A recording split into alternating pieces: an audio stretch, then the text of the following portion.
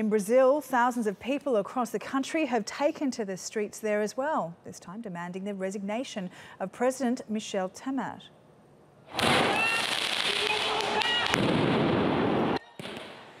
Police fired tear gas at protesters after they began throwing stones, and the president has been accused of authorising bribe payments to allegedly silence a jailed former party ally.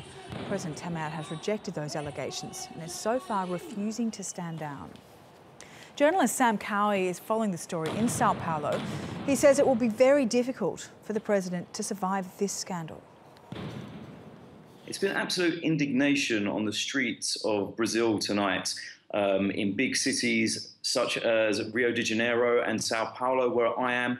We saw in Rio de Janeiro, we saw police clashing with protesters, firing tear gas at the protesters who allegedly threw rocks at the police. Here in Sao Paulo, the scenes were much more peaceful.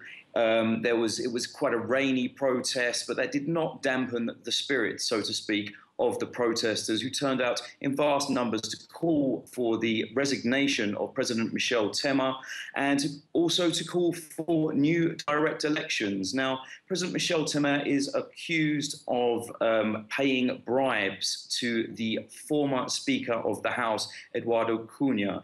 It's alleged that he was being paid for his silence. Quite what he has to be silent about has not been revealed yet. But we know that Eduardo Cunha was the man that led the impeachment charge against former President Dilma Rousseff, who was impeached for accused of manipulating the federal budget. Now, this impeachment charge was the same impeachment charge that led President Michel Temer to power in the first place.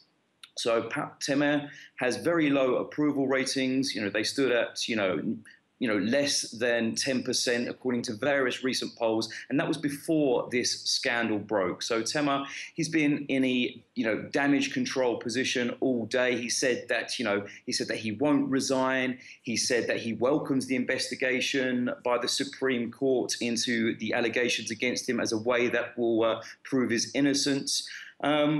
But yes, it's a week, a day at the moment. An hour right now is a long time in Brazilian politics, and it's looking very unlikely that President Michel Temer will be able to come back from this scandal.